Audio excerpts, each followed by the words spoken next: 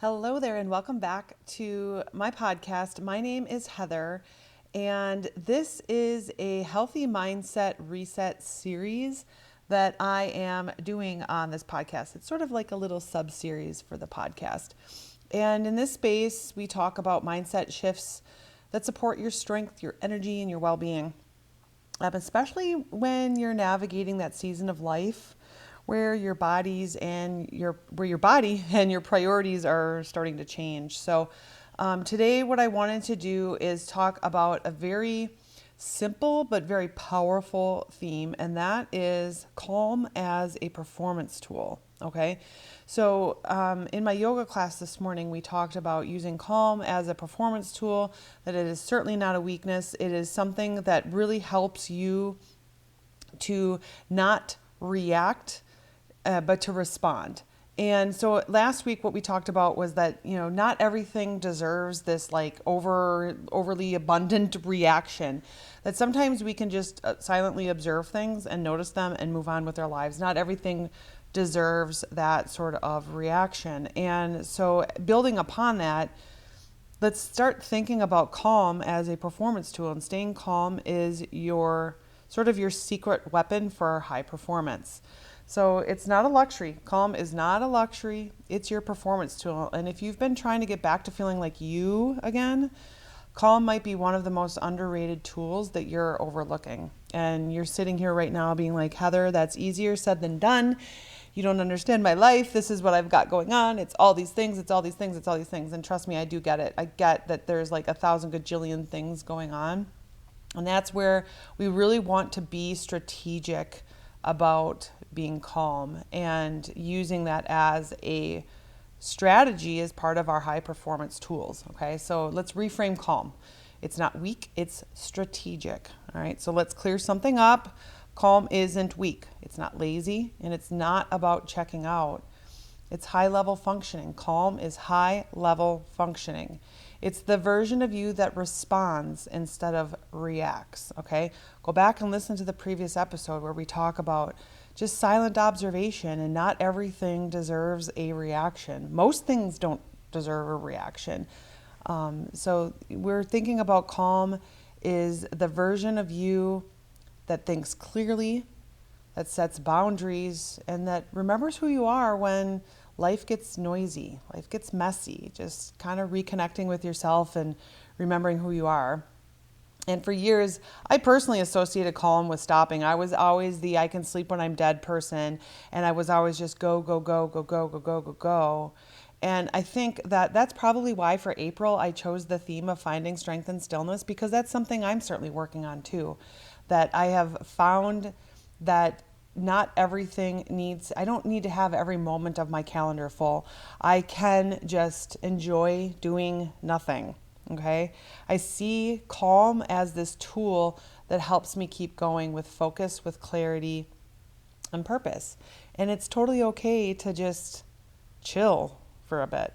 Okay, so let's talk a little bit about what calm does for your body, brain, and even your identity. So it can help you regulate your nervous system, less stress, less inflammation, better recovery.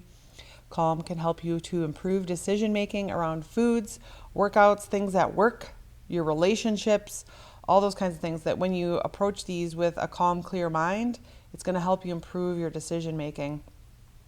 And calm also helps you reconnect to your inner strength, especially when you feel like you're pulled in a million gajillion different directions.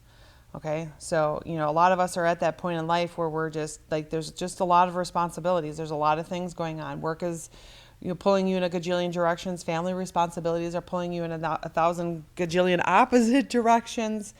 So when you feel like you've just kind of lost yourself, you've lost your spark, or maybe you're in this sort of focused effort of like trying to get back to yourself, calm becomes that space where you can hear your own voice again. Think about that. Calm becomes the space where you can hear your own voice again. It's not about shutting the world out. That's not what we're doing here. We certainly can't do that. But it's just about coming home to you. All right. So let's talk about how do you do this? How that is great, Heather. It's great information. Love it. But how do I actually do this? So let's talk about it in real life. not just on the yoga mat. So a lot of my, content that I put out on the internet, podcasts, YouTube videos, blogs, that kind of stuff, is really rooted in yoga philosophy. And we're not being woo woo here. We're not like, getting super woo woo. It's just that we're taking some of the ancient wisdom of yoga practices and yoga philosophy and bringing this into our lives off the yoga mat. So it's not just taking a 30-minute yoga class or a 60-minute yoga class at your local studio, or maybe you come and do Zoom yoga with me online. Little push there, right? But there's a lot to yoga that is not just on the yoga mat. And let's keep this real here. We certainly can't go spend the next 3 months quiet in a cabin to just chill the F out. That's certainly not feasible for most of us here, but here are a couple of different ideas of how you can create calm even on a super full schedule, okay? And so the first one here is to just give yourself 5 quiet minutes before you start reacting. You might feel like, that sort of that internal feeling where something happens at work, your spouse says something to you, your kids say something to you, somebody says something to you that you just kind of feel that feeling inside. You know what I'm talking about? Just take 5 minutes before you start reacting, and maybe you're not even going to react. You're going to respond to it with a calm, clear mind. So give yourself 5 minutes before you start scrolling your phone, answering texts, solving everybody else's problems. That's what we do. Just pause first. All right, take a moment. Just pause first, okay?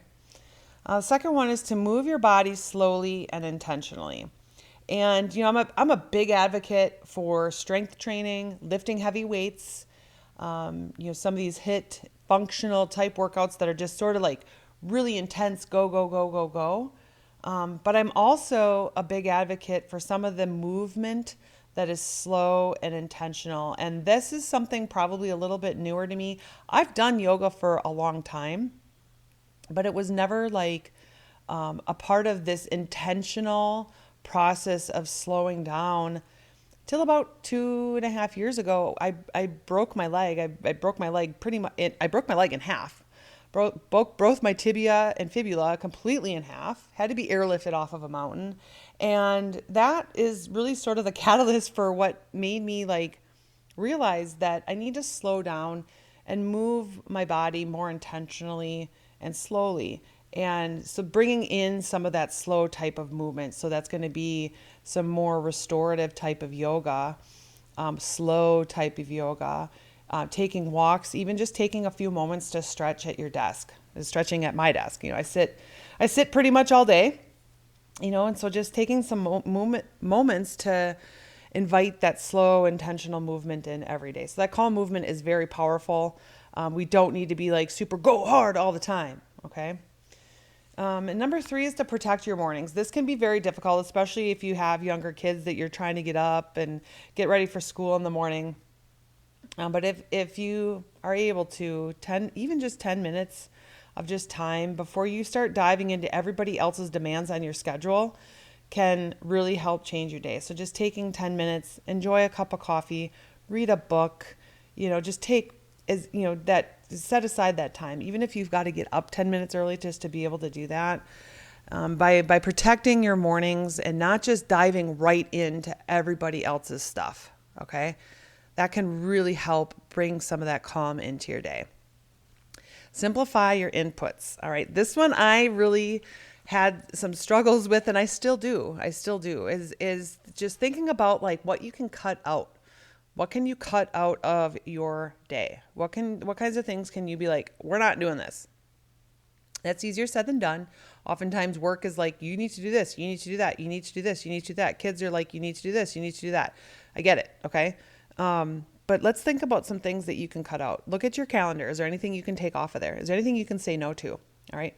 We're talking next week about saying no as a boundary. And that's a strength that by setting boundaries and by saying no, that's helping us to build strength. Okay. We're going to talk about that more next week, but just take a look at your calendar. What is something you can take off your calendar? What is something you can say no to? I don't have time to do this right now. Think about how much news you're consuming. All right. Are you consuming news over the TV, social media, TikTok, that kind of stuff? Can we just consume a little less news? Maybe you don't want to be completely disconnected from the world, but let's pay a little less attention to some of the gloom and doom that's happening in the world, right? Take a look at your tabs on your computer. Are you like me where you have like 50 tabs open and your computer is running? But can you maybe close up some of those tabs so that when you look at your computer, you're not getting this feeling of anxiety of like overwhelm and, oh my gosh, what am I doing? Where's my tab? What am I doing? And then maybe take a look at your to-do list also. Is there something that you can remove and just say, like I said, like your calendar, is there something you can just say no to?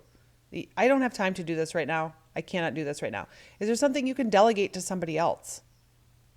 Think about that. It might still need to get done, but can you delegate it to somebody else? So you'll be surprised how much calmer you feel when you stop trying to multitask life. We are not made to multitask. I know a lot of people like to brag about it and say like, I'm a good multitasker. Well, actually you're not. Our brains are not wired that way. Our brains are not wired to shift back and forth between thought patterns all the time. Okay. So you're going to feel a lot calmer when you stop trying to multitask.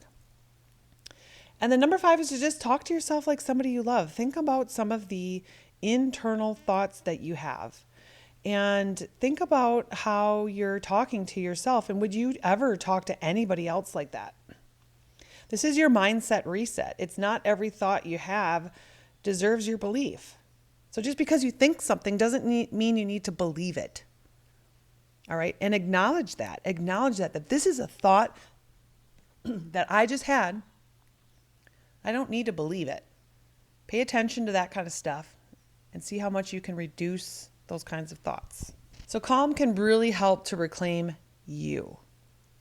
All right. So if you've been feeling scattered, overwhelmed, inconsistent, or just off, like you don't feel like yourself anymore, you're like, what the F just happened here? Like the last 5 years, 7 years, 10 years, 3 years, like you just kind of feel off. Calm isn't something you have to earn. It's something that you just practice. It's something that you just do. It's a tool that you pick up and use anytime. So you're taking time throughout your day to just reset, refocus, and find that calm.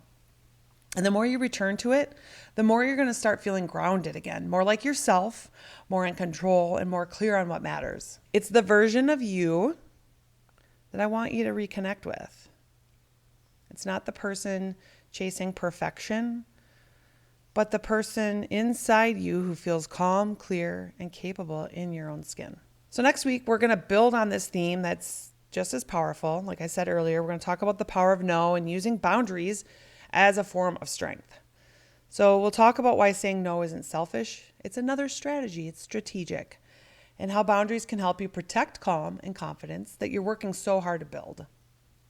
So until then, if this episode resonated with you, share it with a friend or come join me for some online Zoom yoga on Wednesday mornings. And maybe just take a quiet moment to reset by listening to another episode of this podcast. You don't have to hustle to be healthy. You don't have to be perfect to feel like you again. You just have to keep showing up calm, steady, and strong. Talk to you soon.